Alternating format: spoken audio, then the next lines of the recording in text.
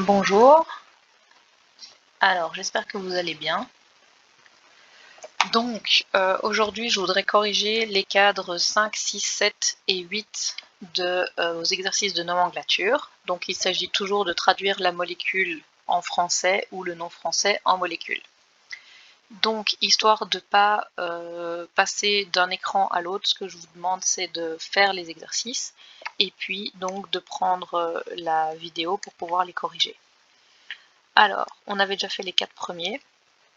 Alors, le 5e cadre, la première molécule, c'est du AlNO3 pris 3 fois. Donc, AlNO3 pris 3 fois. Donc, on lit d'arrière en avant.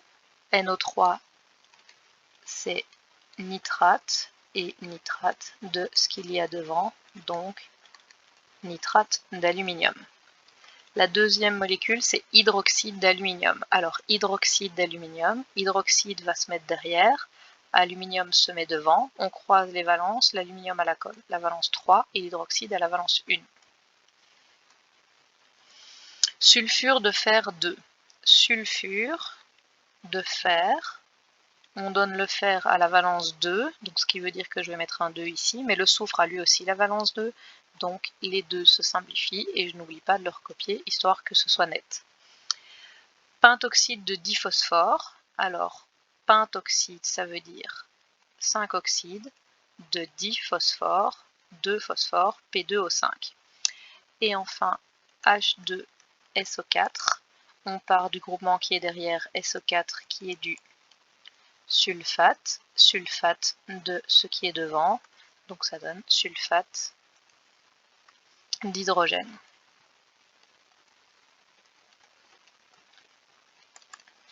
Ce qui termine le cadre 5. Le cadre 6, on a Na3 PO4. Alors on part du groupement qui est derrière phosphate, de ce qui est devant, sodium. La deuxième molécule, c'est du nitrite de potassium. Je vais mettre mon nitrite derrière, NO2, et mon potassium devant. Je croise les valences qui sont toutes les deux de 1, donc ça laisse qu'à NO2. Carbonate d'hydrogène, carbonate CO3, d'hydrogène H, je croise les valences, H2CO3.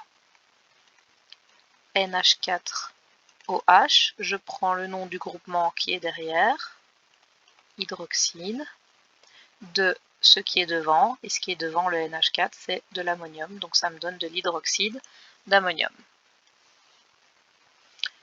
Acide chlorhydrique, alors c'est l'autre nom du chlorure d'hydrogène, donc si c'est un acide il y a forcément un H devant, et chlorhydrique c'est dérivé de Cl, donc HCl c'est aussi du chlorure d'hydrogène si on le note avec la nouvelle nomenclature.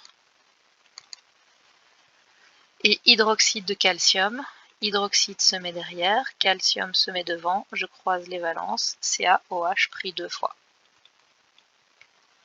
Le cadre 7 commence avec du Al2O3, je regarde ce qui est derrière, c'est un O tout seul dans un binaire, donc c'est un oxyde de ce qui est devant, oxyde d'aluminium. Comme l'aluminium est un métal, il ne faut pas tenir compte des indices. Si Al avait été un non-métal, N2O3, on aurait dit trioxyde de diazote. Nitrate d'hydrogène, nitrate NO3, hydrogène H, HNO3.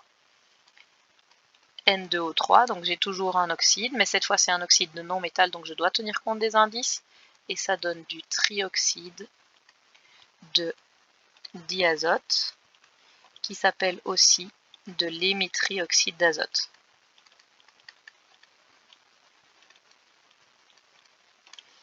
Je vous rappelle que vous devez être capable de donner qu'un seul des deux noms.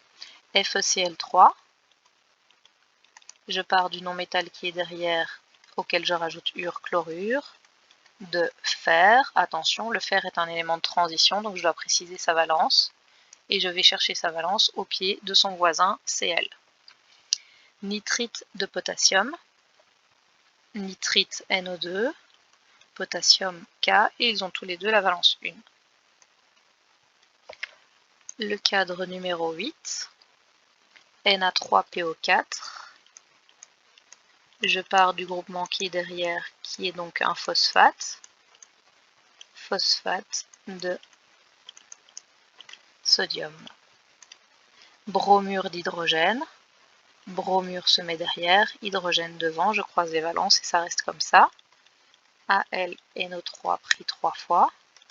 Je pars du groupement qui est derrière, qui est donc un nitrate de ce qui est devant, d'aluminium. BaSO4.